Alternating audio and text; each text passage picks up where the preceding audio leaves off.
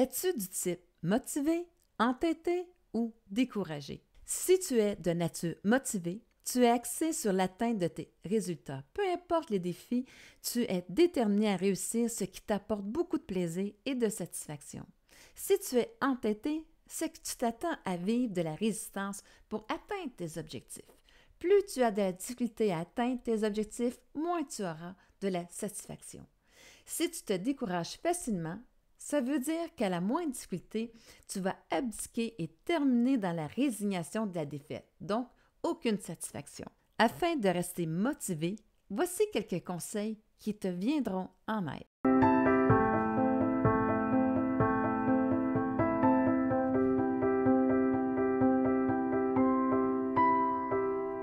Si tu es du type motivé, tu vas sûrement te retrouver dans ces caractéristiques-là que je vais te donner. En fait, en étant motivé, normalement, tu es vraiment focusé sur le résultat. Ton pourquoi que tu veux atteindre un résultat, c'est clair, net et précis, ce qui va faire en sorte que tu vas te retrouver très motivé.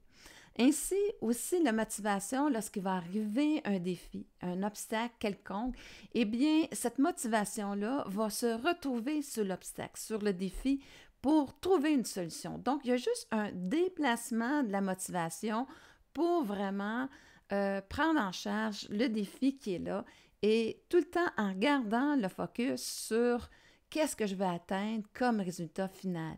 Et là, à ce moment-là, eh bien, en étant orienté vers les résultats, bien, tu arrives facilement justement à trouver une solution et ensuite, bien, tu continues ce chemin-là vers cette réussite-là de ta cible à toi. Par contre, tu vas avoir à faire attention à deux choses. Premièrement, quand tu es très motivé, bien, tu oublies un certain équilibre de vie. Alors, moi, j'irais vraiment avoir le plaisir dedans.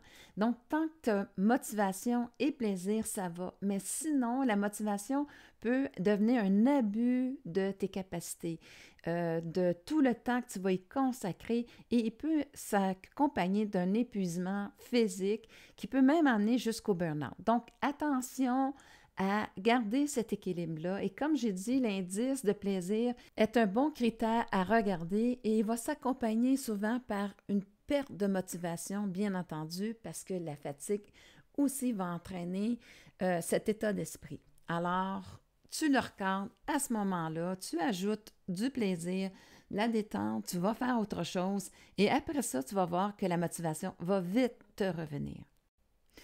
Une autre problématique que tu peux rencontrer lorsque tu es très motivé, c'est d'y aller trop vite. Alors, à ce moment-là, bien, il se peut que tu oublies certains détails importants et que ça va ralentir ton processus. Donc, c'est vraiment important des fois de juste prendre un temps d'arrêt et de regarder l'ensemble et voir si tu as vraiment pensé à tout pour arriver vraiment de façon satisfaisante pour toi à ton objectif.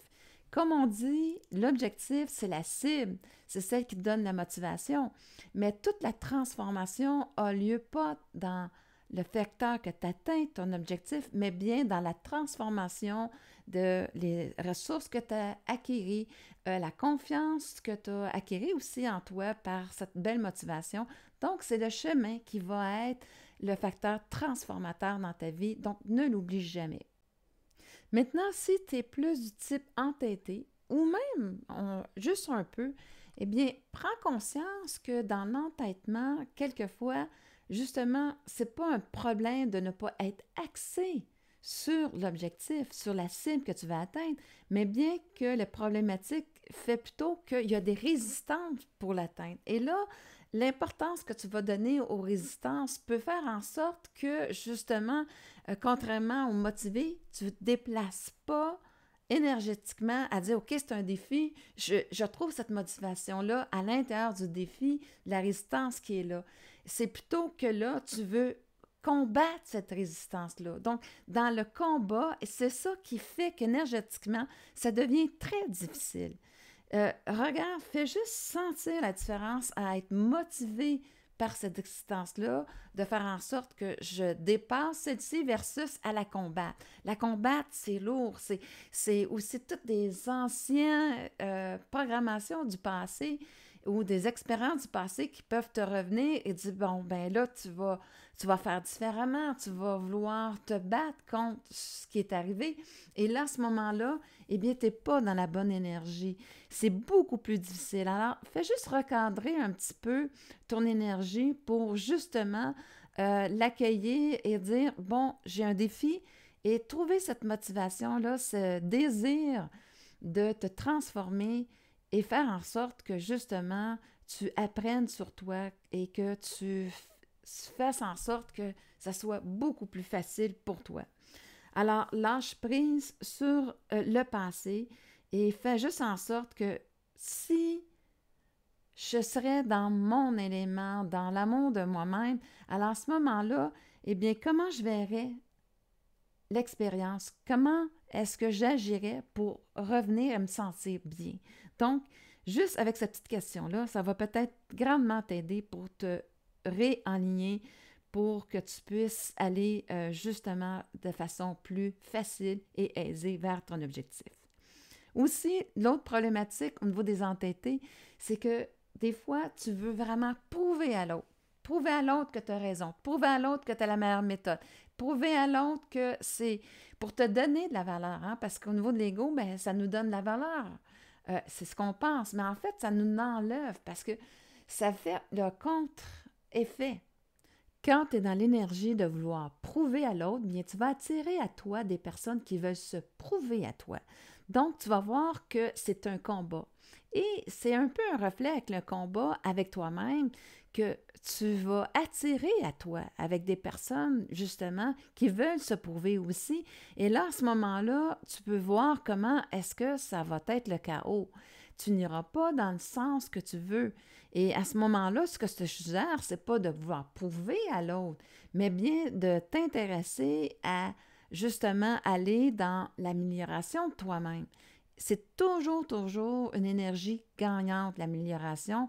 Je suis en compétition avec personne. Je suis juste en train d'être focusée sur moi et qu'est-ce que je peux améliorer pour atteindre justement un niveau d'excellence ou tout simplement atteindre l'objectif que je veux.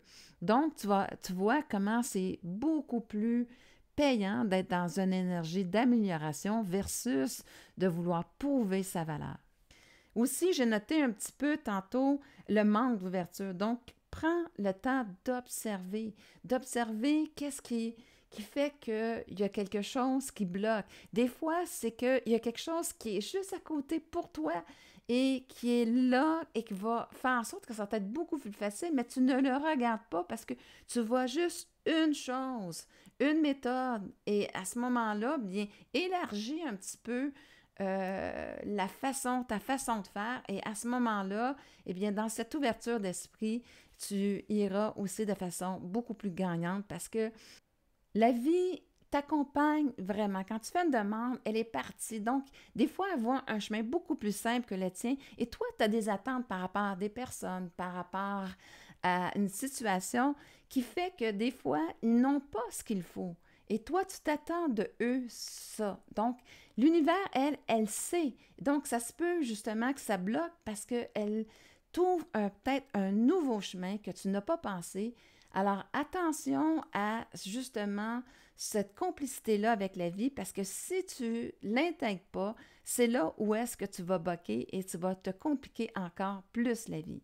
Sache que quand tu demandes quelque chose, elle est toujours sur la voie la plus facile, la plus courte. Alors, te laisser guider par des intuitions, par des choses qui sortent de l'ordinaire, bien, c'est peut-être une voie à suivre pour toi et surtout à apprendre à le faire. Le dernier, décourager. Alors, le décourager, en fait, si tu te retrouves un peu dans cette énergie-là, c'est que facilement, tu perds la notion de l'objectif. Je pense que l'objectif est peut-être pas assez clair pour toi ou à quelque part, tu es défaitiste par rapport à si moindrement il y a un obstacle, tu es découragé. Donc, tu n'as pas la notion de l'amélioration. Moi, je vais te revenir à quelque chose qui est très, très simple à la base. Quand tu étais enfant, il a fallu justement que tu rencontres plusieurs obstacles dans toutes les acquisitions d'habiletés que tu as dû développer, que ce soit marcher, parler. C'est pas arrivé du jour au lendemain. Et à ce moment-là, eh bien, tu sais, tu apprenais et ton corps aussi se développait parce que quand tu as une demande, quand tu as des nouvelles ressources qui doivent être intégrées, eh bien, il y a une transformation qui se fait au niveau qu'il y a des connexions neurologiques qui se font. Et à ce moment-là, bien, tu dois laisser le temps à la vie de passer à l'intérieur de toi et faire ces changements-là. Et aussi, eh bien, comme je disais, bien, quand on apprend à marcher, bien, on a appris d'expérience en expérience et on s'est amélioré et on a fini par marcher. Donc, ça reste le même processus malgré l'âge qu'on a. Et ça, on l'oublie malheureusement. On oublie ce processus-là. Aussi, eh bien, si tu as remarqué au niveau de l'âne, l'âne était très petit, c'était le plus petit. Donc, est-ce que moi, je m'accompagne quand je veux avoir une cible?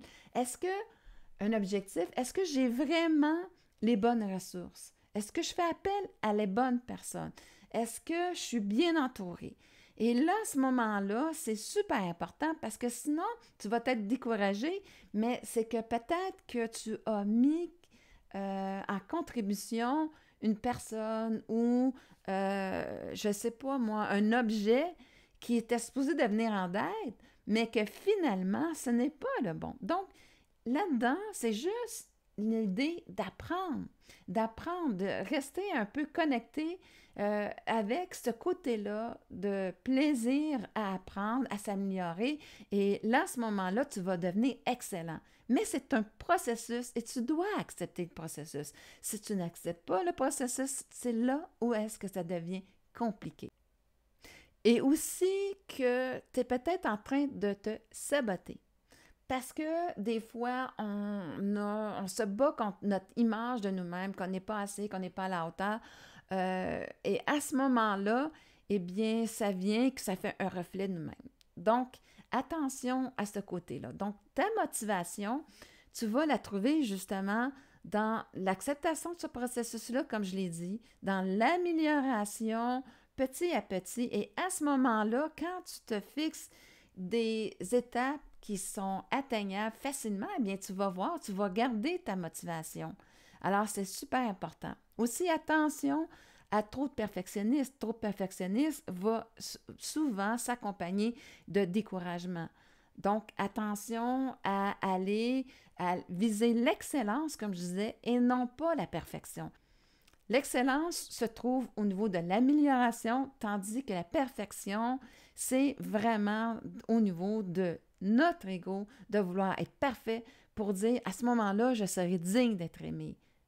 Attention, c'est toi que tu dois aimer, alors vas-y dans l'amélioration pour aller dans l'excellence de tes habiletés. Et attention, on n'a pas toutes les habiletés à développer.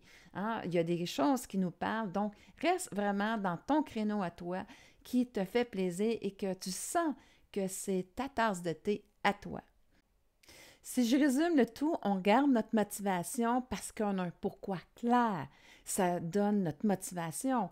On déplace lorsqu'il y a des résistances ou des défis, des obstacles, notre motivation à régler cet espace-là tout en sachant qu'on va revenir à notre objectif global. Ensuite, bien, on évite l'entêtement à vouloir se déplacer, à prouver aux autres, mais bien plutôt à aller dans l'amélioration de moi-même pour atteindre l'excellence. Et aussi, bien, je vais éviter le découragement en acceptant le processus de transformation. Ça va avec des habiletés à bâtir. Donc, c'est un processus et là, à ce moment-là, eh bien, quand on accepte le processus, c'est beaucoup plus facile. Si l'un de tes objectifs est de grandir pour être bien et de donner de la valeur à ta vie grâce à la pleine conscience, eh bien, je t'invite à t'inscrire soit sur mon podcast ou ma chaîne YouTube et pourquoi pas aux deux endroits. Alors, sur ce, je te souhaite une excellente journée et on se retrouve très bientôt sur une autre capsule.